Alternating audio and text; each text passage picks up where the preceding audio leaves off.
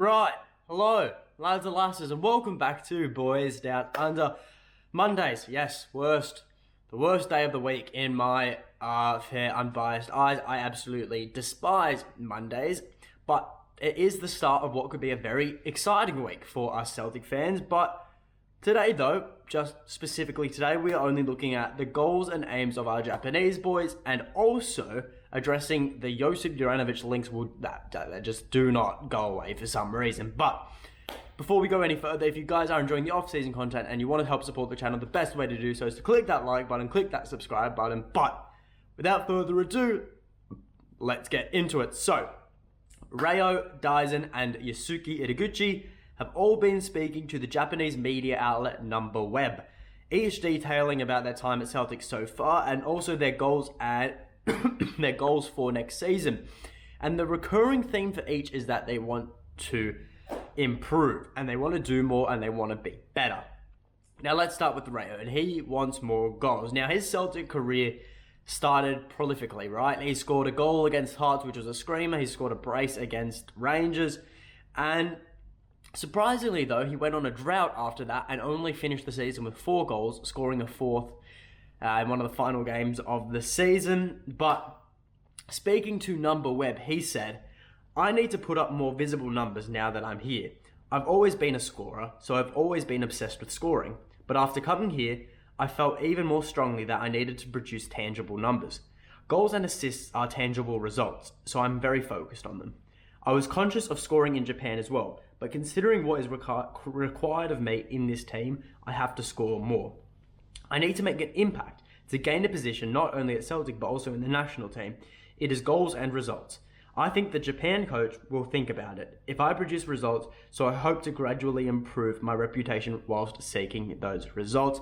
And it's fair enough, right? Upon his arrival, Ange said he was more specifically a attacking midfielder, and his ability to create and score goals was his main asset. Now, especially in a team like Celtic, where most games we play, the opposition put the majority of their team behind the ball and in the defensive line. So having that ability to score goals and create goals out of nothing really is a very important quality to have in this team. But it's understandable, right? He came in, he's played a season and a half. The fatigue set in without a doubt, and that's only natural, right? Because it would have been so hard to play, a full title-winning campaign in Japan and then in a 2-legged title-winning campaign, half of a season here in Scotland. It would have absolutely taken everything of him. So that's understandable, but it's great to see that he has higher and bigger ambitions for next season. Now, as for Daisen Maeda, he is looking to improve the one aspect of his game where I literally would arguably say he is the best or one of the best in the whole world, right? And that is his pressing game. Now, his engine is unreal. We all know how he can literally last for 90 minutes without having to stop. But speaking to Number Web, he said, "If you run as hard as you can in different places, eventually a lucky ball will come to you." That's what I think. I want to continue with this attitude. In my mind, goals are scored when I can get them. And when I can't, I can't. That's how I see it. There is an element of luck involved in scoring goals, so it is important to fight for the team even when you can't score. In Scotland, we have a culture that loves players who run and fight hard. I think people like a fast athlete wherever they go. I need to keep bringing that speed to the table. I wanted to make it more than it is now. I want to show my overwhelming speed. I don't think I have shown it yet. And those final 7 words, "I don't think I have shown it yet," is scary to think that if that isn't his true potential, god damn. Bring on Daisen Maeda, right? He's already a pest for opposition defenses. He's far too quick for every other team in Scotland, right? When he's pressing, he's already up in the defender's face before they even have control of the ball. Electric is a great word to use. He is the embodiment of "we never stop," right? And the fact that he is even saying that he has more to offer in terms of his best quality, it's ridiculous. How scary good can our boys get? Because we saw glimpses of it this season. But if they can hit even higher levels, you might as well give us the league now. I'm being honestly serious here, because we can't forget about Yusuke Itaguchi, right? Sometimes he is known as the forgotten man, and unfairly so. Injuries riddled him when he first came to Scotland, right? And as we know, that is mainly because of the rugby tactics of Alloa Athletic. But still, this season he's determined to force his way into the starting 11.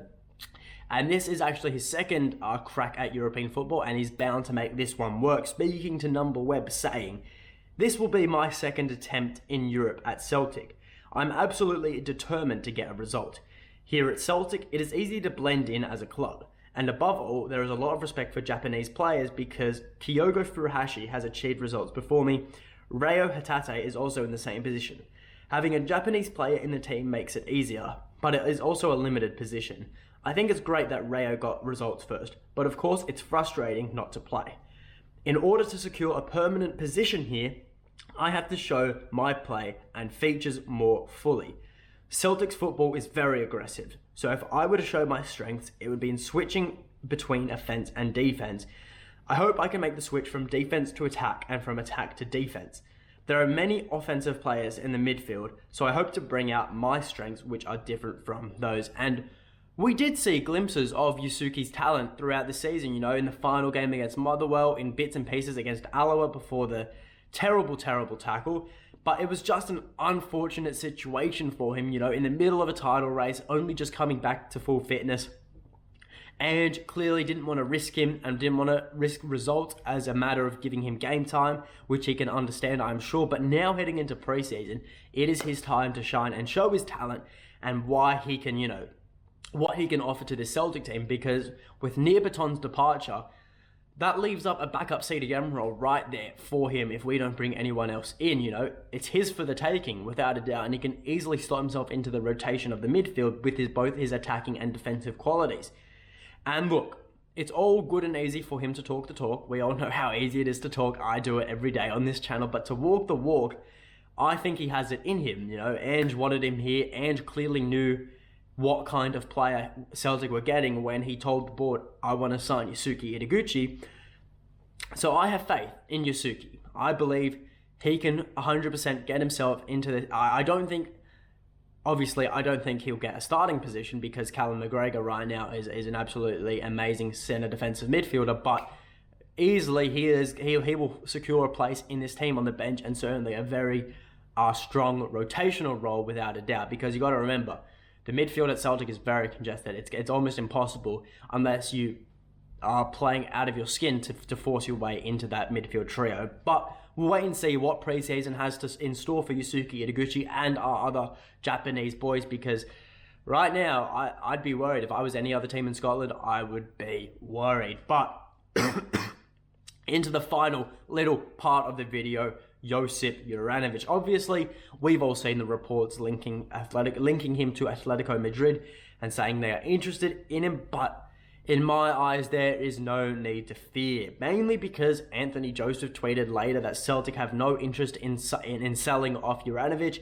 unless a mammoth offer came in for him, and that's fair, right? He is one of our best players without a doubt, and naturally, when a player is performing so well, bigger fish in the footballing world will come and try and swallow him up, right?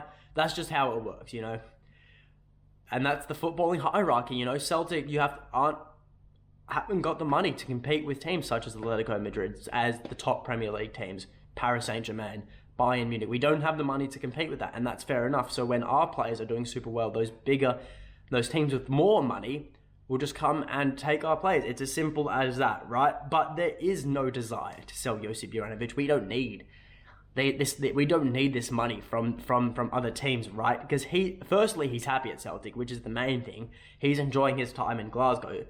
But also, we are not short of cash by any means. We are financially very, very stable, more than stable, I guess, as well. But, naturally, common sense does come into play, and a fee upwards of £30 million is, to me, a mammoth offer, right? And you really can't ignore that. If I was a Celtic board and an offer came in £30 million, you'd seriously have to be like, well, look, it's an offer we can't refuse. Yeah, right? But I don't think any club will come with that sort of money. I think Atletico, if anything, would come with a measly £10 million to try and sign Juranovic, and that is just a spit in the face to Celtic. So I think it's safe to say there is no need to panic about this Josip Juranovic situation, which I don't think many people are doing anyways. But unless there is a major revelation or major turn of events from one of the parties involved, whether that be Celtic's stance, that be Juranovic himself, or some other club, then if none of that happens, then expect Josip Juranovic and almost lock him in to be a Celt for this season at least. But that is all from me. So if you guys did enjoy the video, leave a like, subscribe to the channel, leave in the comments below your thoughts on what our Japanese boys are saying in the media and the Josip Juranovic situation. And until next time, hail, hail.